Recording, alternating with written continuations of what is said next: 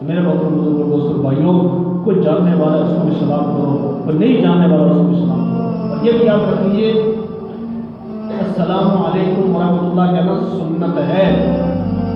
آپ نے کسی کو السلام علیکم ورحمۃ اللہ وبرکاتہ، آپ نے جو فاصلہ کی آپ نے یہ کہنا سنت ہے۔ اب جس نے سن لیا ہے، جس کو آپ نے سلام کیا ہے، اب اس پر واجب ہے سلام کا کیا کرے، جواب دے، وعلیکم السلام۔